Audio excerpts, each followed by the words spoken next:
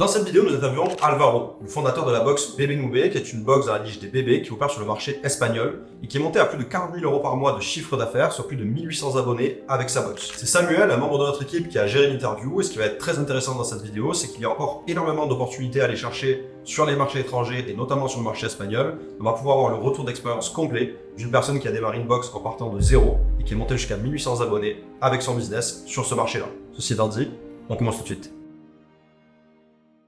Salut Alvaro, est-ce que tu peux commencer par te présenter un petit peu, nous dire ce que tu fais dans la vie, où tu vis, etc. Alors, moi c'est Alvaro, je vis à Madrid en Espagne, j'ai 37 ans et bientôt 38. J'ai lancé une box par abonnement qui s'appelle Bébé Noubé, on est en activité depuis 2016. Donc Bébé Noubé, comme je l'ai dit, c'est une box mensuelle. Notre objectif est de fournir aux jeunes parents qui ont un bébé jusqu'à l'âge d'environ 2 ans, on va dire, une box avec divers produits. Donc vous pouvez y retrouver par exemple des jouets, des crèmes, des bavoirs, tout type d'accessoires, etc. D'accord, et cette box par abonnement, c'est ta première entreprise ou tu as déjà eu un autre modèle d'entreprise par le passé? Alors, avant Bébé Noubé, je travaillais en tant qu'employé dans l'hôtellerie et j'ai décidé de monter un autre business, mais c'était un peu plus comme un passe-temps. En fait, je travaillais donc dans des hôtels et en voyageant à travers le monde, j'ai réalisé qu'il y avait pas mal d'hôtels qui avaient besoin d'un petit coup de pouce en marketing. C'est vrai que maintenant, donc il y a énormément d'agences marketing qui aident tout type de business à se faire une place, mais à l'époque, quand je vadrouillais, c'était quasiment inexistant. Donc j'ai créé cette boîte qui s'appelait You Do Hotels pour en fait donner un coup de main à ces petits hôtels en termes de marketing, à les aider à se faire une place sur des plateformes comme Booking par exemple, à mieux communiquer avec leurs clients, etc. Mais bon, c'était pas non plus une révolution, en fait ça a marché un moment et puis ça s'est vite éteint. Bien sûr, à l'époque, on savait moins comment s'y prendre avec les réseaux sociaux, la pub et tout ça. Ouais, c'est ça, en fin de compte, il y a des choses que tu sais, d'autres non, mais l'important c'est que tu continues à apprendre. Au fond, je pense que le profil d'entrepreneur, c'est ça, c'est une personne qui doit aimer plein de choses, qui doit savoir se débrouiller dans pas mal de domaines, manœuvrer le système en fonction de la demande, mais surtout aimer apprendre. Du coup, pour rentrer un petit peu plus dans les détails, on aimerait savoir pourquoi tu as décidé de te lancer dans ce business d'abonnement précisément et qu'est-ce qui t'a surtout attiré dans ce business model.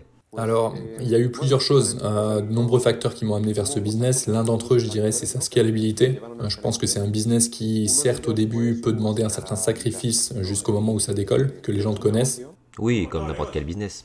Ouais, comme tout type de business, exactement. Mais ce qu'il y a de bien avec ce business model, c'est qu'il est très scalable. Au final, plus tu as d'abonnés, plus d'argent tu génères pour la boîte.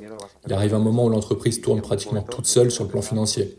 Bien sûr, il faut être là, il faut faire plein de trucs, mais financièrement, plus tu as d'abonnements, plus ça roule tout seul. C'est un business qui décolle tout seul. Ensuite, une chose qui m'interpelle beaucoup, c'est que c'est un business qui peut devenir très technologique. Tu peux, en investissant dans une bonne plateforme informatique, automatiser énormément de processus. Par exemple, nous, chez Bébé Noubé, on était deux, un informaticien et moi. Et finalement, juste comme ça, on faisait le boulot que des entreprises similaires nécessitent, on va dire, 5 ou 6 personnes pour faire. Oui, c'est aussi quelque chose qui va marquer la scalabilité. Comparé à d'autres business models connus en e-commerce où tu dois avoir un produit gagnant, en vendre le plus possible, convaincre tout le temps les gens, etc. Et finalement refaire le même travail le mois suivant, à rechercher d'autres produits gagnants, car une personne qui t'achète un mois ne t'achète pas forcément le mois suivant. Ici, avec l'abonnement, on ne parle pas d'acheteurs, mais d'abonnés. Tu commences toujours avec quelque chose de déjà fait et tu montes en puissance. C'est ce qui m'a beaucoup plu dans ce business. Oui, exactement. Le premier point que tu mentionnes est super intéressant. Je pense que tu as totalement raison à ce niveau-là. De nos jours, non seulement tu dois trouver le produit gagnant, mais en plus, tu dois trouver ce produit gagnant qui va durer dans le temps, parce que tu as une concurrence de malade. Sans aller plus loin, tu as Amazon, par exemple, qui va probablement le vendre moins cher que toi, parce qu'ils font un volume que tu peux pas espérer atteindre. Donc en fait, c'est vraiment compliqué de rivaliser avec eux. Il faut être un géant. Mais je pense que dans le business des abonnements, c'est plus facile de trouver ce produit, tu vois. Tu as la possibilité de trouver ton créneau, ta niche. Depuis que j'ai commencé avec Bébé Noubé, j'ai déjà vu beaucoup de box par abonnement différentes, que ce soit pour les amateurs de vin, c'est une idée géniale. T'en as pour les passionnés de trucs comme Le Seigneur des Anneaux, Pokémon, voilà, plein de choses, des activités autour du fromage, même des box de nettoyage pour la maison, ou pour les gens qui bossent dans le ménage, qui veulent recevoir des produits de nettoyage. Oui, et les gens, ils ne cherchent pas quelque chose en particulier. Ils ne s'attendent pas à recevoir tel ou tel produit. Ils reçoivent juste des produits surprises qu'ils ne connaissent pas, mais qu'ils peuvent découvrir grâce à la box. Ouais, bien sûr, c'est génial. Et par exemple, les box de nourriture font beaucoup ça, ce que tu dis, c'est faire découvrir de nouveaux produits.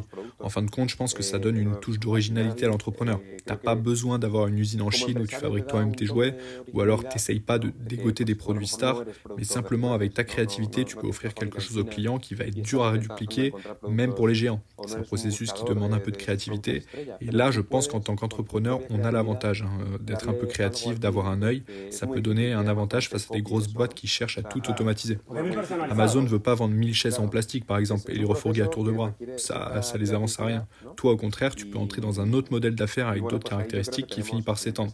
Quand j'ai commencé, il y avait beaucoup moins d'entreprises, et maintenant, on se retrouve avec Netflix, HBO, voilà, plein de choses, ça s'est étendu à tous les niveaux. Et malgré tout, on reste compétitif en étant créatif. Parfait, parfait. Et est-ce que tu pourrais nous donner un petit peu les résultats que tu as obtenus avec cette entreprise? Ou par exemple, combien d'abonnés as-tu? Quel est le volume moyen de box que tu envoies? Tout ce que tu te sens confortable de partager avec nous. Oui, en fait, pour ça, je dois commencer par revenir un peu sur le parcours de Bébé Noubé. Parfait. Alors, ce qu'il faut savoir, c'est que quand on s'est lancé, on est vraiment parti de zéro. On n'avait personne derrière nous pour mettre de l'argent, que ce soit une entreprise, un fonds d'investissement. Non, tout s'est fait avec nos propres fonds, on n'a même pas cherché de financement externe. Et finalement, malgré ça, on a réussi à se lancer beaucoup plus rapidement que ce qu'on pensait. Au début, on en parlait à tout le monde, on essayait de faire marcher le bouche à oreille un maximum, on disait «Les gars, on vient de lancer cette entreprise, abonnez-vous». Et c'est vrai que très rapidement, ça a porté ses fruits. Le premier mois, je dirais qu'on a eu une centaine d'abonnements, et ça a été incroyable, ça nous a totalement pris par surprise. À l'époque, je me souviens, on travaillait depuis chez nous, et entre les produits de nos fournisseurs, les produits qu'on avait pour les autres mois, les boîtes en carton, les papiers d'emballage et tout ça, les pièces étaient pleines à craquer chez nous. Ensuite, le deuxième mois, on a atteint la barre des 200 abonnements et c'est à ce moment-là, avec ma femme, vraiment, on ne pouvait même plus entrer dans notre lit juste parce qu'il y avait des boîtes et des produits partout autour, dans la chambre, dans le couloir. Et c'est vraiment à ce moment-là qu'on a pris la décision de s'externaliser, de passer par un logicien pour gérer la partie préparation et expédition à notre place. Mais c'est beau d'avoir commencé comme ça, avec un investissement de départ aussi faible. Finalement, tous les bénéfices qu'on obtenait, on les réinvestissait directement dans l'entreprise. On avait compris que, comme il n'y avait pas d'investisseurs derrière, on était beaucoup plus libre. Bien sûr, ce qui était généré par l'entreprise appartenait à l'entreprise. Ouais, exactement. La contrepartie, c'est que pendant plusieurs mois, tu te retrouves à bosser gratuitement. Mais à la fin, ça porte ses fruits. Donc à la suite de ça, on a commencé à grandir très fort et très vite. Et tous les mois, notre nombre d'abonnés augmentait. Certains mois, c'était 30 en plus, parfois 80 ou même 100. On montait toujours de manière assez constante. Et puis, c'est là que la pandémie est arrivée. Quand le Covid est arrivé ici en Espagne, on a vraiment souffert. C'était dur. Ça a vraiment mis l'entreprise à terre, ça nous a beaucoup marqué. À notre pic, on avait environ 1800 abonnés, je te dirais, ce qu'on considérait comme énorme pour avoir commencé de zéro avec seulement 2 personnes dans l'entreprise.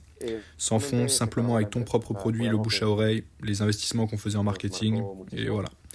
Mais c'était vraiment comme repartir de zéro. Comme je l'ai dit, on est arrivé à avoir 1800 abonnés, ce qui représentait 40 000 euros de revenus mensuels récurrents. Pour nous, c'était dingue. On déplaçait non seulement de l'argent, mais aussi beaucoup de produits, parce que 1800 abonnés, en sachant que chaque box contient 6 produits, ça nous fait commander quasiment 12 000 produits par mois. Donc notre entrepôt devait être spacieux, environ 300 mètres carrés, plein de boîtes, de tables de préparation, etc. Alors pour nous, c'est aussi une fierté d'arriver jusque-là, tu vois. Oui, bien sûr. Et puis l'un des points que tu as abordé, c'est que tu as commencé de zéro.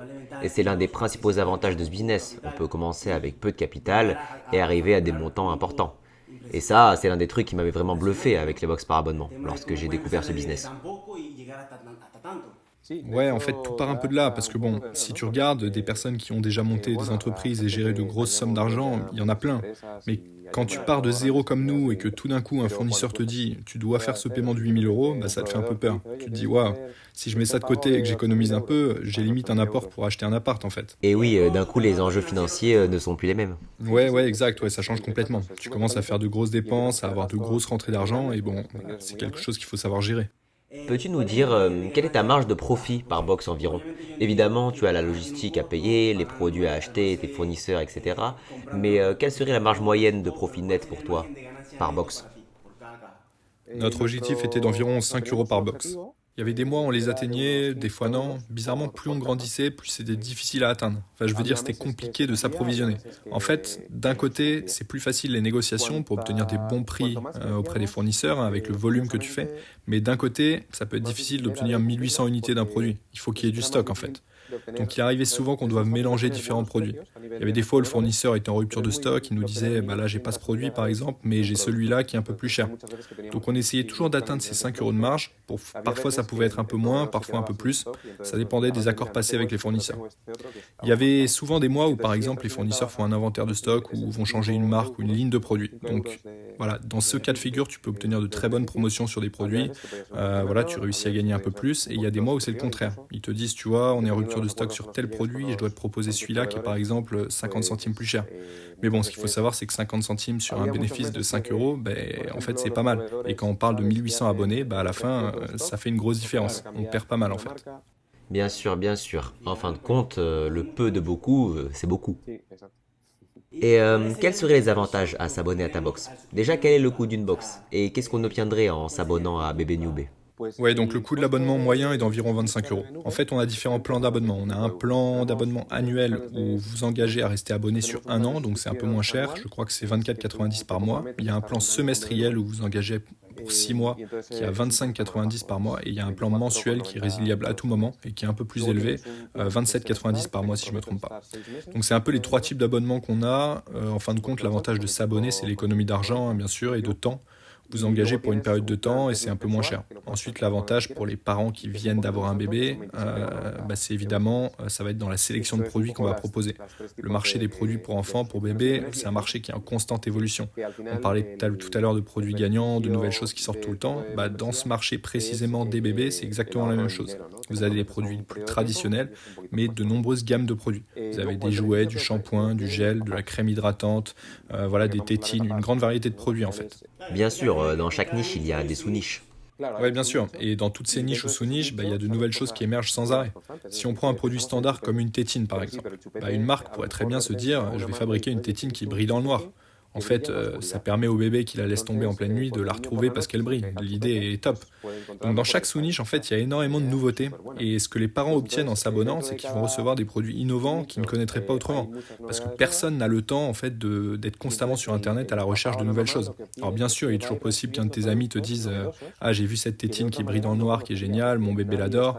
Ou voilà, j'ai vu un nouveau bavoir avec des dessins assez sympas. Oui, c'est possible, mais sinon, les gens n'ont pas le temps d'être constamment sur Internet à faire des recherches. Donc ce que nous on offre, c'est cette sélection. Une expérience. Ouais, bien sûr, c'est une expérience. Vous payez le prix chaque mois, mais vous allez recevoir des nouvelles choses qui vont vous simplifier la vie. En plus, normalement, en tant que parent, et je m'inclus dedans parce que je suis papa de 2 petits-enfants, on a généralement assez peu de temps entre le travail et les enfants pour être constamment sur Internet à chercher de nouveaux produits. Donc finalement, quand tu as besoin de quelque chose, tu l'achètes, mais tu n'es pas là en train d'explorer, à faire des comparatifs, finalement, à moins que d'autres personnes t'en parlent. Tu vas acheter la première chose qui vient. Donc s'abonner à la box, c'est une très bonne façon de découvrir de nouveaux produits, des produits novateurs, des nouvelles marques aussi que vous connaissez peut-être pas, qui vont peut-être être plus écologiques ou par exemple dans l'alimentaire qui vont travailler avec des nouveaux petits pots, des nouveaux ingrédients, des produits bio, ça peut être plein de choses. Mais en fait, c'est un moyen hyper efficace d'obtenir des produits et des marques à un prix bien inférieur à ce qui coûterait normalement. Si vous alliez en magasin. Ouais, exactement. En fait, si vous alliez au magasin normalement et que vous achetiez chaque produit de la box séparément, ça vous coûterait environ 60 euros. Et avec Bébé Noubé, vous les obtenez pour une moyenne de 25 euros. Donc au final, en plus de gagner du temps, c'est un avantage économique qui est assez énorme. Et lorsque vous avez des enfants, vous commencez à avoir plus de dépenses. Donc c'est une bonne façon d'économiser sur les choses de la famille et en plus de découvrir de nouvelles marques. En plus, le contenu de nos box suit une logique dans laquelle on inclut toujours un produit alimentaire, un produit de bain, un jouet, un complément comme une brosse à dents ou quelque chose comme ça. De cette manière, en fait, tout est pensé pour suivre une logique. Si tu reçois par exemple un shampoing un mois pour ton bébé, le mois suivant, il n'y aura pas un autre shampoing. Tu vas retrouver une autre toilette, le mois suivant une crème hydratante. Voilà, on réfléchit très bien aux produits qu'on veut inclure dans la box. On élabore un plan annuel pour inclure toutes les choses et pour que les bénéfices soient réels pour les abonnés et pas uniquement d'un point de vue économique. Une chose qui m'intéresse et qui intéressera sûrement notre communauté qui verra la vidéo, c'est combien de temps cela vous a pris pour vous lancer avec Bébé Newbie? Ouais, donc c'était assez rapide, je dirais environ 3 mois. Avant d'être rentable? Non, pour lancer le produit sur le marché, excuse-moi, je pensais que c'est à ça que tu faisais référence. Finalement, entre le moment où on a décidé de lancer l'entreprise jusqu'à notre arrivée sur le marché, c'est là qu'il s'est écoulé 3 mois et je dirais que c'est une période d'exécution qui est plutôt rapide. C'est notamment grâce à Antonio, mon associé chez Bébé Noubé. Lui, il est informaticien et il est très doué dans son domaine. Du coup, on s'est mis au travail, on s'est dit, allez, on va se lancer en 2-3 mois. Lui, de son côté, il s'est occupé de toute la partie informatique et moi de toute la partie opérationnelle et on a beaucoup avancé comme ça nous a permis de nous lancer très rapidement. Mon expérience d'ailleurs, c'est que je vois souvent chez des entrepreneurs ou des personnes qui ont des idées de business à lancer, ils veulent tout faire parfaitement, élaborer un plan d'action, développer un plan marketing hyper précis. Et une personne en fait peut passer des mois pour tout bien faire et finalement le temps passe et le moment idéal pour se lancer, il est déjà fini. Donc si je peux vous donner un conseil en matière d'entrepreneuriat, vraiment c'est de se lancer dès que possible. En d'autres termes, ne tardez pas, c'est pas nécessaire. Bien sûr, il faut faire une étude de marché, analyser les concurrents, faire des tests, etc. Mais à mon avis, il faut juste pas prendre beaucoup de temps. Tu peux pas passer un an à élaborer chaque détail. Au final, beaucoup de choses se règlent au fur et à mesure une fois que tu es lancé. Maintenant, pour répondre à ta question, jusqu'à devenir rentable, ça a pris environ 1 an. C'est le seuil qu'on s'était fixé d'ailleurs. On voulait commencer à être rentable au bout d'1 an et c'était plus ou moins ça. Un peu moins d'1 an, je dirais 8-9 mois. C'est à partir de ce moment-là où on a pu couvrir à la fois les coûts fixes, liés par exemple au site web, à l'hébergement, mais surtout les coûts variables comme les produits, les box en carton, les frais marketing, les frais logistiques. Donc ouais, je dirais qu'il s'est écoulé ça, 7-8 mois avant de vraiment faire du profit avec l'entreprise et pouvoir se verser un salaire. Pour te donner un exemple, moi j'ai lancé ma box par abonnement en seulement 5 semaines.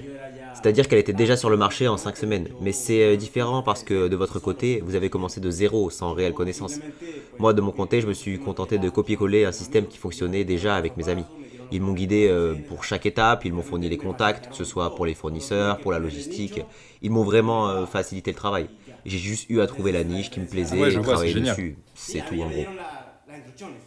Bien sûr, ouais. De notre côté, on est parti de zéro, donc ça a pris plus de temps. On a dû faire des essais, des erreurs aussi, évidemment. Par exemple, on a dû changer d'entrepôt 4 fois. Ouais, je crois qu'on a changé 4 fois avant de trouver le prestataire logistique idéal. C'est un Oui, travail. bien sûr.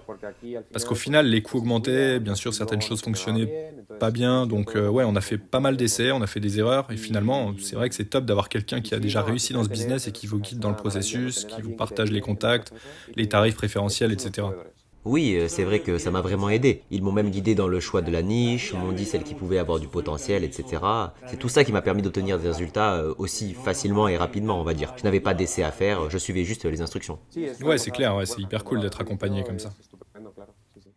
Et maintenant, peux-tu nous parler de tes stratégies pour obtenir tes clients? Alors, je dirais que ça s'est principalement basé sur les réseaux sociaux, sur lesquels on a beaucoup travaillé. On a aussi pas mal collaboré avec des influenceurs, que ce soit dans le domaine des bébés, mais aussi des influenceurs dans un domaine tout autre, qui, par exemple, après être devenus parents, ont commencé à en parler à leur communauté. Et ces personnes particulièrement nous ont apporté beaucoup de visibilité au fil des années. Il y a eu aussi le bouche à oreille qui a été important pour nous, on l'a jamais négligé et on a toujours essayé de trouver différentes stratégies pour que les gens continuent de parler de nous. Par exemple à travers un tirage au sort mensuel ou s'ils postent une photo d'eux sur les réseaux avec leur box en nous identifiant, ils entrent en jeu pour gagner une box ou que leur prochaine box soit gratuite. Ça a plutôt pas mal fonctionné pour nous, ça incite les gens à poster, à en parler, à commenter, à partager, etc. Ça crée de l'engagement. On a aussi eu recours à la publicité payante sur Facebook, Instagram, Google, on a fait du marketing d'affiliation aussi, donc finalement c'est un mix de différents canaux et globalement ça a plutôt bien marché pour nous. Ok, super. Pour moi, je dirais que ce qui a le mieux fonctionné en termes d'acquisition, ce sont les influenceurs. Je leur envoyais une box et ils partageaient leur expérience avec leur communauté. Ça m'a apporté vraiment beaucoup de trafic sur le site et donc forcément des ventes derrière. Tu as mentionné les influenceurs, est-ce que toi aussi ça t'a été très puissant? Ouais, totalement. Je suppose que chaque domaine est différent, mais en tout cas, dans la niche de la puériculture, c'est un excellent canal parce qu'il y a beaucoup d'influenceurs spécialisés. Des personnes du monde des bébés qui ont des bébés et qui se consacrent à présenter des produits, à partager leur expérience. Et puis, comme je viens de te le dire, on a aussi des personnes qui étaient déjà influentes dans d'autres domaines. Par exemple, je me souviens d'une fille qui était chanteuse et qui avait environ 50 000 abonnés, quelque chose comme ça. Et cette fille a eu un bébé, du coup, tout en continuant à faire des choses liées à la musique sur sa chaîne, elle a commencé à parler de son expérience de maman et elle présentait des produits de bébé Noubé ou d'autres entreprises avec lesquelles elle collaborait. Ok Alvaro, et donc pour conclure, est-ce que tu aurais un conseil ou une recommandation à donner aux nouveaux entrepreneurs qui souhaiteraient se lancer dans les box? Alors, je pense que le principal conseil que je vais donner, c'est de mettre de l'énergie dans ce qu'on fait. Parce que souvent, la motivation qu'on a pour créer une entreprise, quel que soit le type d'entreprise, c'est purement économique. C'est de se dire, je veux faire de l'argent, un maximum d'argent avec, ou alors je veux devenir connu, je veux que les autres me voient comme quelqu'un qui a réussi. Et mon conseil, c'est de le faire pour les bonnes raisons, c'est-à-dire le faire avec quelque chose qui a du sens pour toi.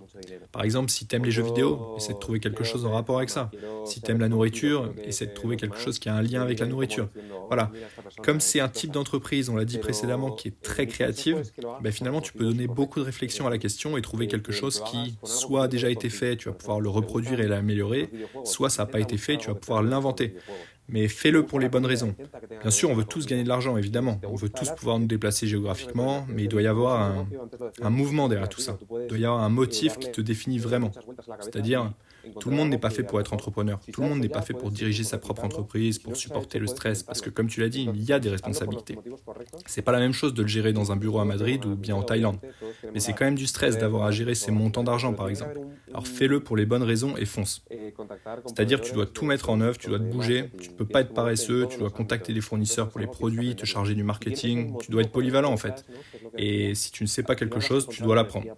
Si tu as le bon motif pour te lancer, ce que je te disais, au final, tu trouveras l'énergie pour le faire. Si ta seule motivation est de gagner de l'argent, il arrivera un moment où ça deviendra plus compliqué et tu finiras par te lasser. Donc trouve quelque chose qui a du sens pour toi et mets toute ton énergie dedans. Voilà, c'est un peu mon conseil. Eh bien Alvaro, super, merci beaucoup, merci pour ton temps, merci d'avoir partagé toutes ces informations avec nous. Mais de rien, avec plaisir. À bientôt. Merci, à bientôt. On arrive à la fin de cette vidéo, donc maintenant pour les personnes qui souhaitent lancer leur propre business de box par abonnement et qui veulent le faire dans les meilleures conditions, sachez que la formation Golden Box est un plan d'action étape par étape qui vous aide à lancer votre business de A à Z et qui a déjà notamment aidé des centaines de personnes à lancer leur box à succès, que ce soit sur le marché français ou sur les marchés étrangers comme l'Espagne. Donc si ça vous intéresse, je vous mettrai le lien en description. Vous pouvez cliquer dessus et vous accéderez directement au programme. Ceci étant dit, j'espère que cette vidéo vous a plu. Si c'est le cas, mettez-nous un gros pouce bleu, abonnez-vous à la chaîne et je vous dis à plus.